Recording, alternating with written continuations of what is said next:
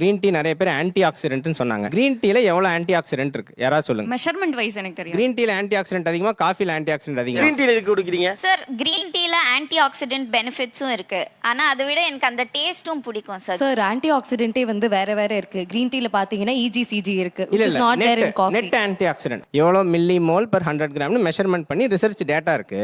So நான் ரொம்ப கேட்குறேன், நம்ம நார்மலாக குடிக்கிறது டீ காஃபி, இதில் விட எத்தனை மடங்கு அதில் இருக்குன்னு கேட்குறேன். காஃபி வெர்சஸ் கிரீன் டீல டெஃபினெட்லி 3 times more இல்லை, கூகுளில் total anti oxidant content in foods அப்படின்னு சர்ச் பண்ணுங்க. ஃபர்ஸ்ட் ஹிட் 3100 ஃபுட்டோட ஆன்டி ஆக்சிடென்ட் டேட்டா பேஸ் வரும். அதில் பார்த்தீங்கன்னா கிரீன் டீயோட anti oxidant level 1.5 milli mole per 100 கிராம். காஃபி, சாதாரண ஃபில்டர் காஃபியோட ஆன்டி ஆக்சிடென்ட் 3, அதாவது 2 மடங்கு. பிளாக் காஃபியோட ஆன்டி ஆக்சிடென்ட் லெவல் அதை விட 10 மடங்கு, 15 மில்லி மோல். நம்ம சாதாரண இஞ்சியோட ஆன்டி ஆக்சிடென்ட் லெவல் 20, அதாவது அதோட 20 மடங்கு.